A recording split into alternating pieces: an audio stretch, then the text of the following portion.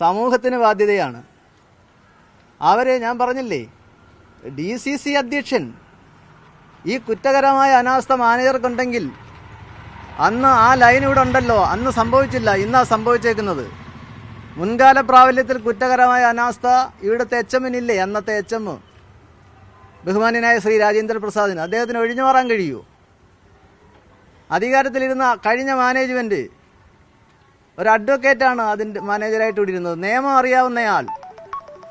അദ്ദേഹത്തിന്റെ മാനേജിംഗ് കമ്മിറ്റിയാണ് ഇതിന്റെ കീഴിൽ, ഹൈടെക് ലൈനിന്റെ കീഴിൽ ഈ ഷെഡ് പണിതത്. ഞാനല്ല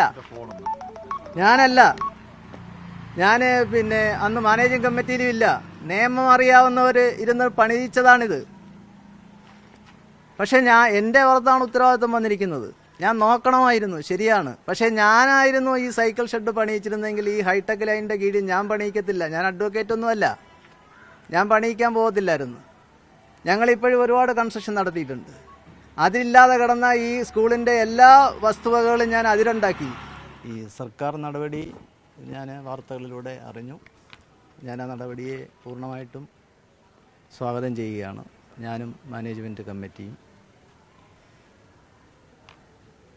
ഇത്തരമൊരു സാഹചര്യത്തിൽ ഒരു സർക്കാരിനെ സംബന്ധിച്ച് എടുക്കുന്ന തീരുമാനം ഉചിതമാണ് എന്ന നിലയ്ക്കാണ്. ഞാൻ സർക്കാരിനെ വെല്ലുവിളിക്കാനൊന്നും ഞങ്ങളാരും ഉദ്ദേശിക്കുന്നുമില്ല.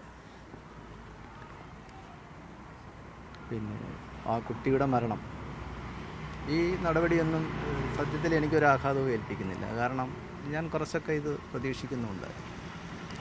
ആ കുട്ടിയുടെ മരണം ഏൽപ്പിച്ച ആഘാതം വെച്ച് നോക്കുമ്പോൾ ഇത് അതിൻ്റെ ഒരു 100-1 പോലും ഇല്ല എന്നുള്ളതാണ്.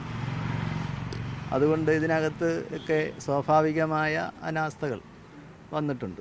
പക്ഷേ എനിക്ക് പറയാനുണ്ട് ചിലത്. കാരണം ഇവിടെ സംഭവിക്കാൻ പാടില്ലാത്തതാണ് യഥാർത്ഥത്തിൽ സംഭവിച്ചത്. എനിക്ക് മുമ്പും വളരെ പ്രമുഖരായിട്ടുള്ള മാനേജർമാർ ഇവിടെ ഇരുന്നിട്ടുണ്ട്. സമൂഹത്തിൽ ഉന്നതരായിട്ടുള്ള വ്യക്തികൾ, മാനേജിംഗ് കമ്മിറ്റിയുടെ പ്രസിഡന്റുമാരും ഉണ്ട്.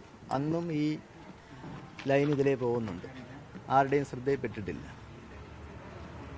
മാത്രമല്ല ഇപ്പോൾ ഈ പ്രക്ഷോഭം നടത്തുന്നല്ലോ, ഈ ഒരു സംഭവത്തിനെതിരായിട്ട് വലിയ പ്രക്ഷോഭം ഉയർത്തിക്കൊണ്ടുവരുന്ന കോൺഗ്രസും UDF-ഉം എന്ത് ആത്മാർത്ഥതയിലാണ് ഈ പ്രക്ഷോഭം എടുക്കുന്നത്?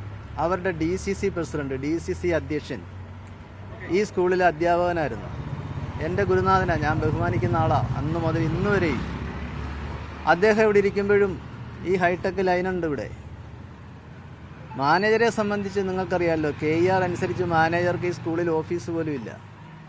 ഈ സ്കൂളിനകത്ത് മാനേജർമാർക്ക് ഓഫീസില്ല, അതിന് പുറത്താണ്. പിന്നെ ഇപ്പോൾ ഈ 13 മെയ് 13-ാം തീയതി ഇറങ്ങിയ സർക്കുലർ മാനേജർമാർക്ക് മാർക്ക് ചെയ്തിട്ടില്ല, സെർവ് ചെയ്തിട്ടില്ല. HM വരേ ഉള്ളൂ. അപ്പോൾ എവിടെയൊക്കെയാണ് അതിൻ്റെ ഉത്തരവാദിത്വം എന്നത് സംബന്ധിച്ച് നിങ്ങൾക്കറിയാം. പക്ഷേ ഞാൻ ഈ കുറ്റത്തിൽ നിന്നൊന്നും ഒന്നും ന്യായീകരിക്കാൻ ഞാൻ പോകുന്നില്ല. ഇവിടെ യുവജന സംഘടനകൾ വലിയ പ്രതിഷേധം, ഒരു മുതലെടുപ്പ് പോലെ. കാരണം പഞ്ചായത്ത് തിരഞ്ഞെടുപ്പ് വരുന്നു, നിയമസഭാ തിരഞ്ഞെടുപ്പ് വരുന്നു, കിട്ടിയ ഒരവസരമൊന്നും പറഞ്ഞുകൊണ്ടാണ് ഈ യുവജന നേതാക്കളിൽ ഇവിടെ സമരം ചെയ്ത പ്രമുഖരായിട്ടുള്ളവർ ഇതിൻ്റെ കീഴിൽ കൂടെ പോകുന്നേ. എന്ത് സാമൂഹിക പ്രതിബദ്ധതയാണ് അവർക്കുള്ളത്? ഈ സ്കൂളിനെതിരെ സമരം ചെയ്യാൻ എന്ത് യോഗ്യതയാണുള്ളത്? ഇതിലെ പോകുമ്പോൾ ഒരു സാമൂഹിക പ്രതിബദ്ധതയുള്ള ഒരു യുവനേതാക്കൾ ഇത് കാണുന്നില്ലേ? ലൈൻ താഴ്ന്നു കിടക്കുന്നുണ്ട്. ഒരു പരാതി എഴുതി തന്നാൽ പോരെ? അവർക്ക് ഉത്തരവാദിത്വം ഇല്ലേ? ഒരു സംഭവം ഉണ്ടാകുമ്പം വെറുതെ പ്രതികരിക്കാനും സ്കൂൾ നശിപ്പിക്കാനും ഈ സരസ്വതി ക്ഷേത്രം നശിപ്പിക്കാനും നടന്നാൽ മതിയോ? ഗവൺമെൻറ്റിൻ്റെ നടപടിയെ ഞാൻ സ്വാഗതം ചെയ്യുന്നു, അതിലൊന്നും ഒരു തർക്കവുമില്ല. ഞാൻ ഏറ്റുവാങ്ങുന്നു, ഞങ്ങൾ ഏറ്റുവാങ്ങുന്നു. പക്ഷേ ഇവിടെ ഈ കോലാഹലം സൃഷ്ടിക്കുന്നവർ സമൂഹത്തിന് ബാധ്യതയാണ്. അവരെ ഞാൻ പറഞ്ഞില്ലേ, DCC അധ്യക്ഷൻ ഈ കുറ്റകരമായ അനാസ്ഥ മാനേജർക്കുണ്ടെങ്കിൽ അന്ന് ആ ലൈൻ ഇവിടെ ഉണ്ടല്ലോ, അന്ന് സംഭവിച്ചില്ല, ഇന്നാ സംഭവിച്ചേക്കുന്നത്. മുൻകാല പ്രാബല്യത്തിൽ കുറ്റകരമായ അനാസ്ഥ ഇവിടുത്തെ HM-നില്ലേ, അന്നത്തെ HM ബഹുമാന്യനായ ശ്രീ രാജേന്ദ്ര പ്രസാദിന്. അദ്ദേഹത്തിന് ഒഴിഞ്ഞു മാറാൻ കഴിയൂ? അധികാരത്തിലിരുന്ന കഴിഞ്ഞ മാനേജ്മെന്റ് ഒരു അഡ്വക്കേറ്റാണ് അതിൻ്റെ മാനേജരായിട്ട് ഇവിടെ ഇരുന്നത്, നിയമം അറിയാവുന്നയാൾ. അദ്ദേഹത്തിന്റെ മാനേജിംഗ് കമ്മിറ്റിയാണ് ഇതിന്റെ കീഴിൽ, ഹൈടെക് ലൈനിന്റെ കീഴിൽ ഈ ഷെഡ് പണിതത്. ഞാനല്ല ഞാൻ പിന്നെ അന്ന് മാനേജിംഗ് കമ്മിറ്റിയിലും ഇല്ല. നിയമം അറിയാവുന്നവർ ഇരുന്ന് പണിയിച്ചതാണിത്. പക്ഷെ എൻ്റെ പുറത്താണ് ഉത്തരവാദിത്വം വന്നിരിക്കുന്നത്. ഞാൻ നോക്കണമായിരുന്നു, ശരിയാണ്. പക്ഷേ ഞാനായിരുന്നു ഈ സൈക്കിൾ ഷെഡ് പണിയിച്ചിരുന്നെങ്കിൽ ഈ ഹൈടെക് ലൈനിൻ്റെ കീഴിൽ ഞാൻ പണിയിക്കത്തില്ല. ഞാൻ അഡ്വക്കേറ്റ് ഒന്നുമല്ല, ഞാൻ പണിയിക്കാൻ പോകത്തില്ലായിരുന്നു. ഞങ്ങളിപ്പോഴും ഒരുപാട് കൺസ്ട്രക്ഷൻ നടത്തിയിട്ടുണ്ട്. അതില്ലാതെ കിടന്ന ഈ സ്കൂളിൻ്റെ എല്ലാ വസ്തുവകകളും ഞാൻ അതിരുണ്ടാക്കി. ഒരു കട്ട പോലും എടുത്തു വെക്കാതെ പലരും പോയത്.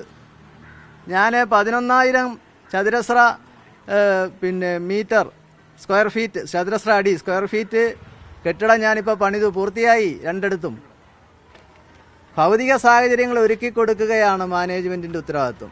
ഗവൺമെൻറ്റിൻ്റെ ഈ സർക്കുലറോ ഇതൊന്നും മാനേജർമാർക്ക് സർവ് ചെയ്യാറില്ല, ചെയ്തിട്ടില്ല. നിങ്ങൾ ആ ഉത്തരവെടുത്ത് നോക്കുക, അതിനകത്ത് എയ്ഡഡ് സ്കൂൾ മാനേജർ എന്നില്ല. ഒരു മീറ്റിങ്ങിലും മാനേജർമാരെ വിളിക്കാറില്ല. പക്ഷേ ഒരു അപകടം വരുമ്പോൾ മൊത്തം ഉത്തരവാദി മാനേജരാണ്. ഞങ്ങൾ നിയമപരമായിട്ട് സ്വാഭാവികമായി നിയമവാഴ്ചയുള്ള ഒരു രാജ്യത്ത് നിയമപരമായി ഏത് കാര്യത്തിലും എന്ത് നടപടി സ്വീകരിക്കാനും മാനേജർക്കും അതിനുള്ള അവകാശമുണ്ട്. ആ നിലയ്ക്ക് ഞങ്ങൾ ആലോചിച്ച് അതെല്ലാം പോകും. അല്ലാതെ ഗവൺമെൻറ്റിനെ വെല്ലുവിളിക്കാനോ സമൂഹത്തെ വെല്ലുവിളിക്കാനോ സംഭവിച്ചു. ഈ കുട്ടി വളരെ അവിചാരിതമായ ഒരു സംഭവം ഉണ്ടായി. ഞങ്ങളതിനൊന്നും ഒരു തരത്തിലും, കാരണം ഞങ്ങൾ കുറ്റബോധം കൊണ്ടും ദുഃഖഭാരം കൊണ്ടും ഇപ്പോഴും തലകുനിക്കുക.